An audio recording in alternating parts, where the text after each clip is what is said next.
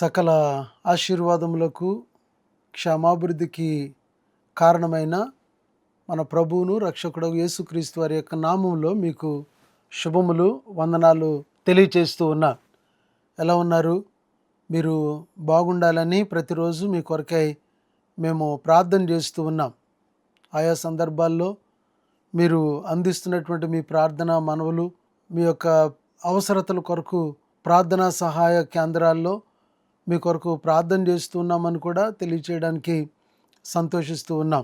విశ్వవాణి పరిచర్యను మీరు అత్యధికంగా ప్రేమిస్తూ పరిచర్య కొరకే ప్రార్థనాపూర్వకమైనటువంటి మీ సహాయాన్ని అందిస్తూ మారుమూల ప్రాంతాల్లో అనాగరికులైనటువంటి ప్రజల మధ్య జరుగుతున్నటువంటి పరిచర్య పక్షంగా మీరు నిలబడుతూ ఉండడం మాకెంతో ఆదరణని, బలాన్ని, ప్రోత్సాహాన్ని ఇస్తూ ఉంది. మీ ప్రార్థన, మీ సహాయము కారణంగా మారుమూల ప్రాంతాల్లో మందిరాలు నిర్మించబడుతూ ఉన్నాయి, గ్రామాలు సవార్థీకరించబడుతూ ఉన్నాయి. అనేక మంది అంధకారంలోనూ శాపంలోనూ బ్రతుకుతున్న వారు దేవుని యొక్క సువార్త ప్రకాశమానము ద్వారా వారు వెలిగించబడుతూ ఉన్నారు. దేవునికి మహిమ కలుగును గాక. మీరు చేస్తున్నటువంటి మంచి కార్యం ప్రభు సన్నిధానంలో మీ పక్షంగా బహుమానానికి యోగ్యమైనదని నేను తెలియజేస్తూ ఉన్నాను. దేవుడు మిమ్మల్ని సర్వ సమృద్ధిగా దీవించును గాక. ఈ సమయంలో 84వ సంకీర్తనలోని 6-7 చరణాలని కొద్ది నిమిషాలు మనము ధ్యానం చేద్దాం. దయచేసి అటు ఇటు తిరగకుండా, ఒకవేళ మీ దగ్గర బైబిల్ ఉంటే ఈ మాటల్ని మీరు తెరిచి మీ ముందు ఉంచుకోవాలని కూడా మీకు మనవి చేస్తూ ఉన్నాను. వారు బాకా లోయలో బడి వెళ్ళుచు దానిని జలమయముగా చేయుదురు, తొలకరి వాన దానిని దీవెనలతో కప్పును. వారు నానాటికి బలాభివృద్ధి నొందుచు ప్రయాణము చేయుదురు. వారిలో ప్రతివాడును సియోనులో దేవుని సన్నిధిని కనబడును. ప్రభువునందు ప్రియమైన వారులారా, 84వ సంకీర్తన కోరాహు కుమారులు వ్రాసినటువంటి కీర్తన. ఈ కీర్తనలో ఉన్నటువంటి భావము ఒక రకంగా వారి యొక్క స్వయ అనుభవము అని చెప్పొచ్చు. చాలా క్లిష్టమైనటువంటి పరిస్థితుల్లో ఒక ప్రక్క మరణం వారి యొక్క తల్లిదండ్రులను, వారి కుటుంబాలని మృంగివేస్తున్నటువంటి సమయంలో దేవుని బలిపీఠాన్ని ఆశ్రయించి వారు రక్షించబడ్డారు. ఆ కృతజ్ఞత భావాన్ని వారు కీర్తన రూపంలో వారు వ్రాస్తూ ఉన్నారు. వారికి దేవుని ఎడల ఉన్నటువంటి ఆశ, ఆసక్తి, దేవుని నుంచి వారు పొందుకున్నటువంటి మేలు, ఆశీర్వాదము, బలము, అభివృద్ధి, వాటన్నిటిని కూడా వారు జ్ఞాపకం చేసుకుంటూ ఈ కీర్తనని వ్రాసినట్టుగా మనకి అనిపిస్తూ ఉంది. వారు బాకాలోయలో బడి వెళ్ళుచు దానిని జలమయముగా చేయుదురు అని చెప్తా ఉన్నారు. వారు అననంటే యెరూషలేముకి ప్రయాణం చేసేటువంటి వారు, అనగా దేవుని సన్నిధికి, ఆలయ దర్శనము కొరకై ప్రయాణం చేసేటువంటి వారిని ఈ మాటలు మనకి చూపిస్తూ ఉన్నాయి. ఎవరైతే దేవుని మందిరాన్ని చూడడానికి, దైవ దర్శనం కొరకు వెళ్తారో వారిని ఉద్దేశించిన ఆశీర్వాదం కొరకు ఇక్కడ ప్రస్తావించబడింది. యూదులు సర్వసాధారణంగా సంవత్సరానికి ఏదో ఒక మూల నుంచి వారు ఎక్కడెక్కడున్నా 3 మారులు యెరూషలేము దేవాలయానికి రావడం అనేటువంటిది పరిపాటి. దేవుని యొక్క దర్శనం కొరకు ఆయా పండగల్లో వారు దైవ దర్శనం కొరకు, దేవునికి బలులు అర్పించడానికి, కృతజ్ఞతాస్తులు చెల్లించడానికి యెరూషలేముకి రావడం అనేటువంటిది పరిపాటి. వారు యెరూషలేముకి వస్తూ ఉన్నప్పుడు వారు ఈ బాకా లోయలో బడి యెరూషలేముకి ఎక్కి వెళ్ళవలసిన అగత్యత. ఈ దేవుని మందిరానికి వారు వెళ్ళేటువంటి దారిలో ఈ బాకా లోయ ఉన్నట్టుగా చరిత్ర మనకి తెలియజేస్తూ ఉంది. ఈ బాకా లోయ అని అనగానే ఇది ఏడుపు లేక రోదన అని అర్థం. బైబిల్లో కొన్ని ఇలాంటి లోయలు ఉన్నాయి. ఆకోరు లోయ. సో అట్లాగా బాధాకరమైనటువంటి అనుభవాల్ని ప్రజలకి మిగిల్చినటువంటి స్థలాలు, ఈ ప్రాంతాలు అనేకమైనవి బైబిల్లో మనకు కనబడుతూ ఉన్నాయి. అందులో ఈ యొక్క బాకా లోయ ఒకటి.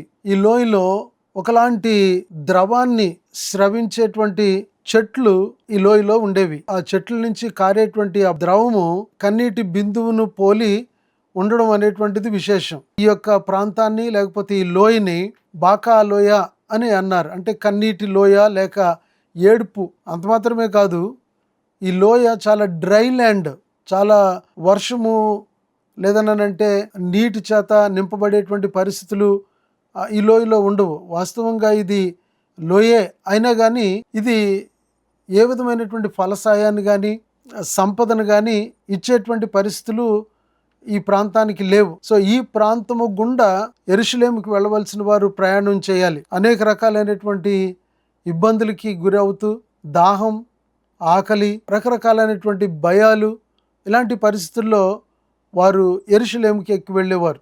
కనుక అందుకనే దీన్ని బాకా లోయ లేకపోతే ఏడ్పుల లోయ, రోదన లోయ అని చెప్పేసి అని పేరు పెట్టారు. మెట్టుకు వాక్యం చెప్తుంది, బాకా లోయలో బడి వారు వెళ్ళుచు దానిని జలమయం చేస్తారు అని. అక్కడ నీరు లేదు, అక్కడ ఏ నది లేదు, కానీ కీర్తనకారులు చెప్తా ఉన్నారు దాన్ని వారు జలమయం చేస్తారు. ఎవరు అనంటే ఎవరైతే దేవుణ్ణి వెతుకుతారో, దేవుని కొరకు ఆశ కలిగి ఉంటారో, దేవుని ఎడల భయభక్తులు కలిగి ఉంటారో. వాస్తవంగా కోరాహు కుమారుల యొక్క మనసు అట్లాంటిదే.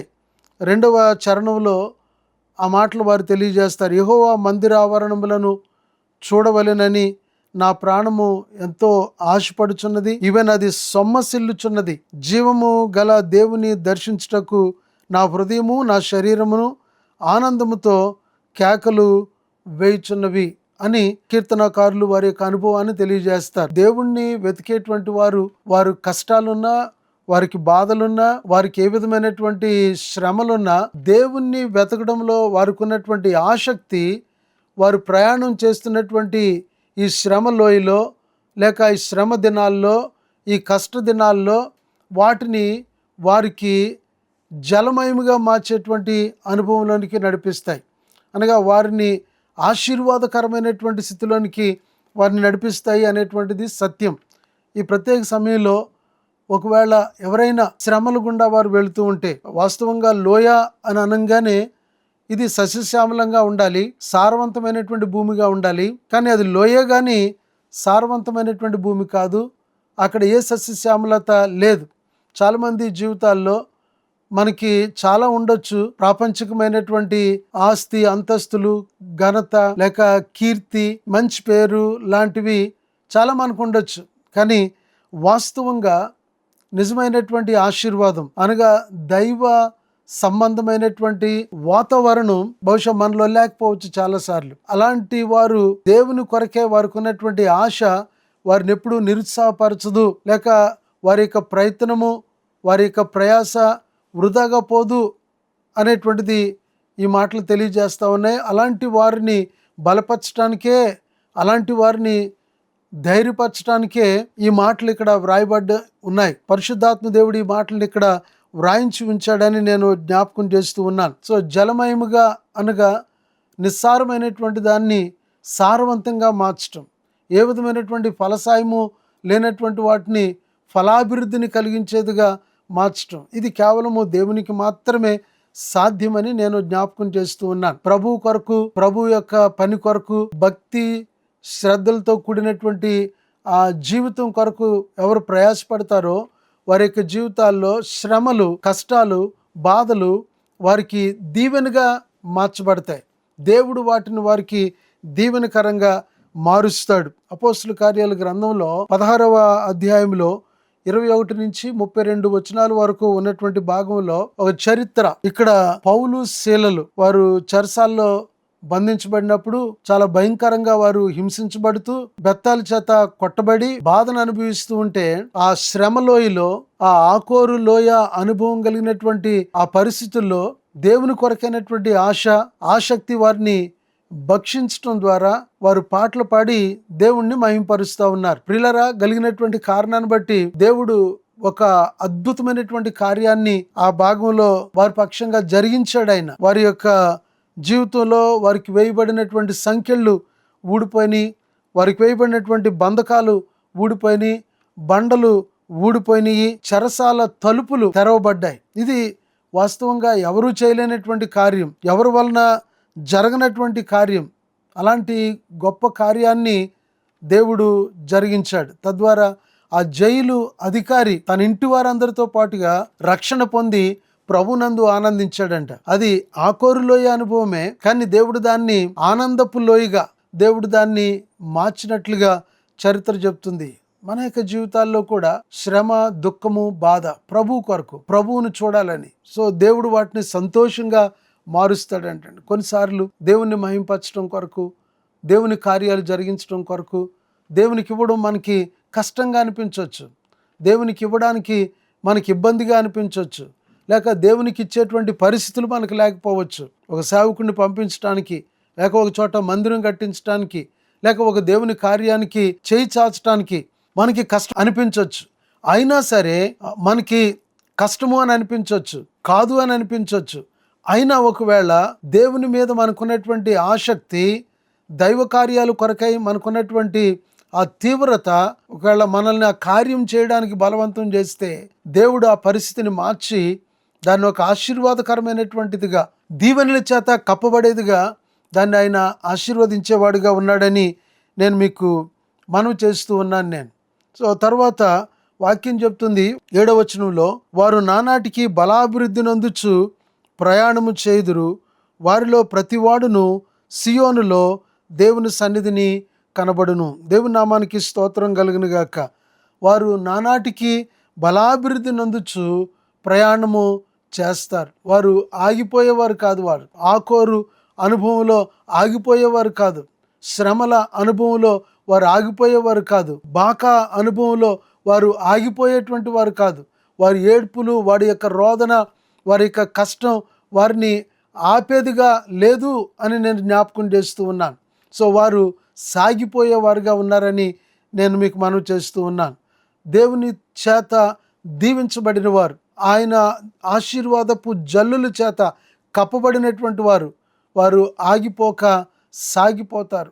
అలసిపోక వారు సొమ్మసిల్లక వారు ప్రయాణం చేస్తారు. చివరికి వారు దేవుణ్ణి చూచేటువంటి అనుభవంలోనికి వారు నడిపించబడతారని నేను మీకు మనవి చేస్తూ ఉన్నాను. ఇక్కడ బాకా అనుభవంలో నుంచి వారు దేవుణ్ణి చూచే అనుభవంలోనికి ఎదిగినట్టుగా లేఖన భాగాల్లో మనం చూస్తూ ఉన్నాం. మన యొక్క ఆధ్యాత్మిక ఈ సుదూర ప్రయాణంలో, ఈ దీర్ఘకాల ప్రయాణంలో దేవుడు మనల్ని ప్రతిరోజు బలపరిచేవాడుగా ఉన్నాడు. మనం ఆగిపోకుండా మనకు శక్తినిచ్చి నడిపించేవాడుగా ఉన్నాడు. పౌలు గారు చెప్పినటువంటి మాట, నేను క్రీస్తు యేసునందున్న కృప చేత బలం పొందుకుని దేవుని మహిమ కొరకు నేను ముందుకు సాగుతా ఉన్నాను. ఆయన అన్నాడు, క్రీస్తు యేసునందున్న కృప చేత తిమోతి నువ్వు బలవంతుడవు కమ్ము. పౌలు గారు దేవుని చేత బలపరచబడ్డాడు. ఆయన చెప్తా ఉన్నాడు, నీవు కూడా క్రీస్తు యేసునందున్న కృప చేత బలవంతుడవు కమ్ము. ఆయన కృప మనకి చాలు. ప్రియమైన సహోదరి సహోదరులారా, మనం ఎవరమైనా కానీ ఎలాంటి పరిస్థితుల్లో ఉన్నప్పటికీ కూడా ఆయన కృప చాలు మనల్ని బలపరిచి నడిపించడానికి. ఆయన కృప చాలు మనము ఆగిపోక సాగిపోయేట్టుగా మనల్ని బలపరచడానికి. కనుక వాక్యం చెప్తుంది, వారు సియోనులో దేవుణ్ణి చూస్తారు. మెట్టుకు మనమంతా ఈ ఆధ్యాత్మిక రంగంలో, ఈ పరుగు పందెంలో మనం పరుగును మనము ప్రారంభించాం. దాన్ని ఆయన్ని చూచే వరకు, ఆయన్ని కనుగొనే వరకు, ఆయన ప్రత్యక్షతను పొందే వరకు కూడా మనము ప్రయాసపడవలసినటువంటి అవసరత, లేక ఓపికతో పరిగెట్టవలసినటువంటి అవసరత ఉంది. పౌలు గారు తిమోతికి రాస్తూ ఆ 2వ పత్రిక 4వ అధ్యాయంలో చెప్పబడినటువంటి మాట, నేను నా విశ్వాసాన్ని కాపాడుకున్నాను, నా పరుగును కడముట్టించాను, నా కొరకు నీతి కిరీటం ఉంచబడింది. అది నా కొరకు మాత్రమే కాదు, నాలాగా ఆయన యొక్క ప్రత్యక్షతను అపేక్షించు వారందరికీ దేవుడు దాన్ని అనుగ్రహిస్తాడు. ప్రభునందు ప్రియమైన దేవుని బిడ్డలారా, నీవు నేను మనమంతా ఒకవేళ బాకా లోయ అనుభవంలో ఉండొచ్చు ఇప్పుడు ప్రస్తుతానికి. బట్ ఒక రోజు వస్తూ ఉంది, మన కొరకు దేవుడు తన ప్రత్యక్షతను అనుగ్రహించబోతా ఉన్నాడు. మన కొరకు ఆయన నీతి కిరీటాన్ని ఉంచబోతా ఉన్నాడు. ఆశీర్వాదపు జల్లులు, తొలకరి వాన చేత ఆయన మనల్ని కప్పబోతూ ఉన్నాడనే సంగతిని ఈ వాక్యం మనకి జ్ఞాపకం చేస్తూ ఉంది. చాలామంది వారి యొక్క జీవితాల్లో ఈ నిట్టూర్పుల్లోనూ నిరాశలోనూ ఉండి నిరీక్షణ లేక, ఏ ఆశ్రయము లేక, ఏ దారి లేక వారు చనిపోతూ ఉన్నారు. ఈ సియోను మార్గానికి దారి కనుగొనలేక, ఈ యొక్క దేవుణ్ణి చూడ్డానికి వారు దారి కనుగొనలేక చాలామంది మధ్యలో మూర్ఛిల్లిపోతూ ఉన్నారు. ఈ దినాన్ని దేవుని వాక్యాన్ని బట్టి నేను మీకు మనవి చేస్తూ ఉన్నాను. దేవుని చేత దీవించబడిన ప్రతి ఒక్కరూ కూడా, దేవుని చేత ఆశీర్వదించబడిన ప్రతి ఒక్కరూ కూడా ఈ లోయ అనుభవంలో నుంచి దైవ ప్రత్యక్షతలోనికి నడిపించబడినటువంటి వారందరి యొక్క బాధ్యత ఏంటనంటే, మన వెనకాల చాలామంది ఈ బాకాలో నుంచి వారు ప్రయాణం చేస్తూ ఉన్నారు. కొంతమంది ఆ బాకా లోయలోనే ఉండిపోతూ ఉన్నారు. వారందరినీ కూడా యెరూషలేముకు నాకు ఎక్కించవలసినటువంటి అగత్యత మన మీద ఉంది. వారందరికీ కూడా దైవ ప్రత్యక్షతను, ఆ ప్రత్యక్షతకి మార్గాన్ని మనము చూపించవలసినటువంటి అవసరత ఉంది. దాని కొరకే దేవుడు నిన్ను నన్ను కూడా మన మీద తొలకరి వర్షాన్ని కుమ్మరించి ఆయన ఆశీర్వాదపు జల్లుల చేత ఆయన మనల్ని కప్పాడు. సో మన మార్గాన్ని ఆయన జలమయముగా చేశాడు. అది కఠినమైనదే కానీ జలమయముగా చేశాడు. అది ఎండిపోయినదే కానీ జలమయముగా చేశాడు. ఎందుకో తెలుసా? చాలామంది ఇంకా అవతల ఉన్నారు. వాళ్ళు యెరూషలేముకి అవతల, దేవునికి దూరంగా, దేవుని సన్నిధికి దూరంగా ఉన్నారు. వారందరినీ ఈ యొక్క లోయ అనుభవాల్లో నుంచి ప్రభువును చూచే అనుభవంలోనికి మనము నడిపించాలి. అదే ప్రభువు మనతో చెప్పిన మాట, మీరు సర్వలోకానికి వెళ్ళండి, సర్వ సృష్టికి సువార్తను ప్రకటించండి, అనేక మందిని నాకు శిష్యులుగా చేయండి, తండ్రి కుమార పరిశుద్ధాత్మని యొక్క దేవుని నామంలో వారికి బాప్తిస్మం ఇవ్వండి. మనము వారిని ప్రభువుకి శిష్యులుగా చేయాలి.